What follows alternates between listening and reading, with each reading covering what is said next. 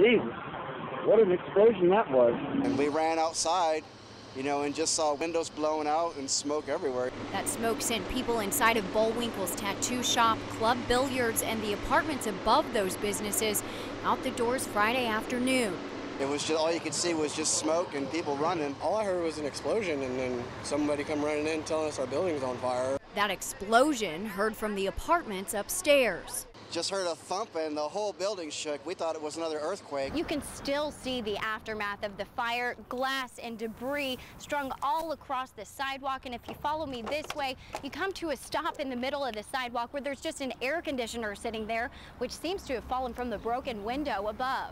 Fire officials say flames burned through the roof of the apartment above Bullwinkle's where the shop's owner lives. I lost my house, everything in it, and my business possibly in less than an hour. The fire left extensive damage to his home with no insurance for the things inside and damage to his business, something he says is a piece of Wichita's history. I'm the first tattoo shop in Wichita, and I take a lot of pride in that. And right next door, one of the first pool halls in Wichita also took a hit. There was just a cloud of smoke filling the pool hall. Possibly damaging things money just can't buy. Our front pool table in there is 117 years old. It cannot be replaced. In Delano, Erica Coghill, KSN News.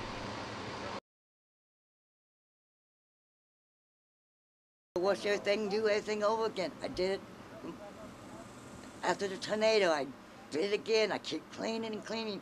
I just want things to stop happening to me. Geraldine Ernst just can't seem to catch a break. Months after a tornado damaged her home, she's still struggling to pick up the pieces. Things keep happening, and I just wish it would just stop. From the outside, it seems perfectly intact, but inside, it's a different story.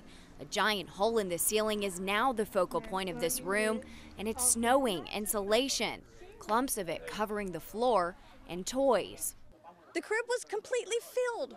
All because of a roof job gone bad. After a contractor finished up tornado damage repairs on Friday, if it wasn't for the tornado, this wouldn't happen. The ceiling collapsed Sunday, leaving this living room unlivable. And Ernst was inside when it happened, babysitting a friend's toddler and 9-month-old baby girl who got hit with some of the insulation. I got up and I grabbed her and then I looked out and I said, oh my God, look back in the playpen. Lucky the sheetrock didn't hit the baby. I was terrified. Yeah, worried about her. Worried about whether she inhaled any of the insulation or whatever. Both kids, along with Ernst, are okay. She was able to get everyone out safely, but she's not taking all the credit. Glad, I guess God's looking after me.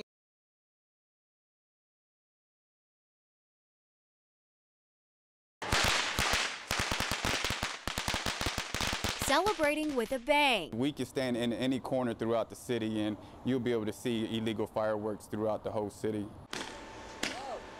The sounds and sights of America's birthday. But those celebratory sparkles could have Wichitans hearing this sound if you're not careful. We have conditions that are really hot, really dry for an extended period of time.